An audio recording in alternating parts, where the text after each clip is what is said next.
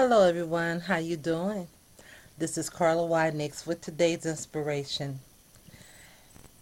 I was watching something very recently, and I often talk about things that I watch or situations that I know of, but there was a program that I was watching, and it's actually called, I believe it's called a Marriage Boot Camp, and it's Bridezillas who were on the show Bridezillas, and now they and their spouses are in what's called a boot camp because they're having so many problems, and they're under guidance of people who are trained to counsel marriage counseling. Um, but one of the issues is that there's two of the women who cannot seem to acknowledge that they have problems.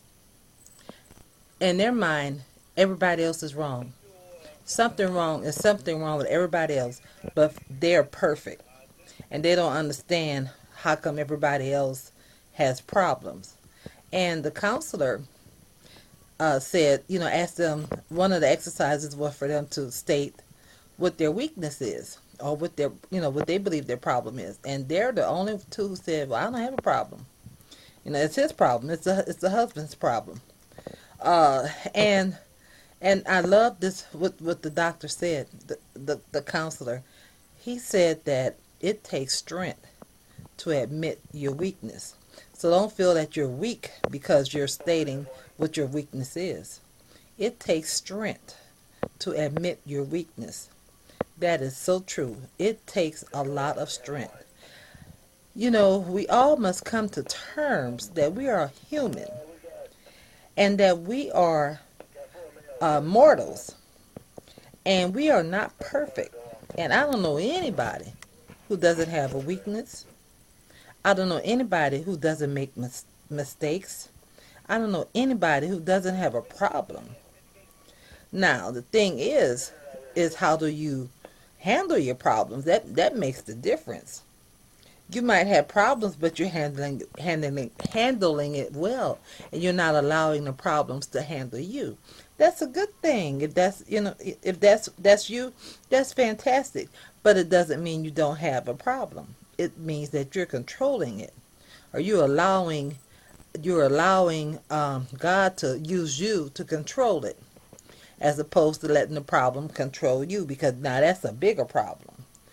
But the first step for any success is to admit that we have fallen short. We all have shortcomings. We all have something that we can work on. And for some of us, like me, there are many things that I need to work on and that I do work on. There are many challenges that I deal with daily. Now, the bad thing would be if there's never any improvement. That means then I'm not handling it well. I'm not working on it in the right way. I must need to use another method or another way.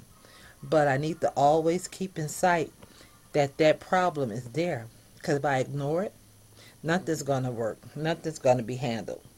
So acknowledge your shortcomings. Recognize your weakness. That way you can work on it. You can get help. You can be helped. And again, I love what he said. I love it. It takes strength.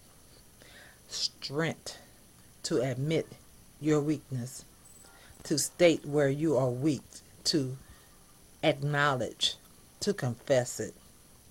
Nobody's perfect. If you don't think you have a problem or that you need work or help in some area, that's your problem. Think about that. God bless you. This is Carla with today's inspiration. And I hope that something I said will enable you to further live on purpose. God bless you.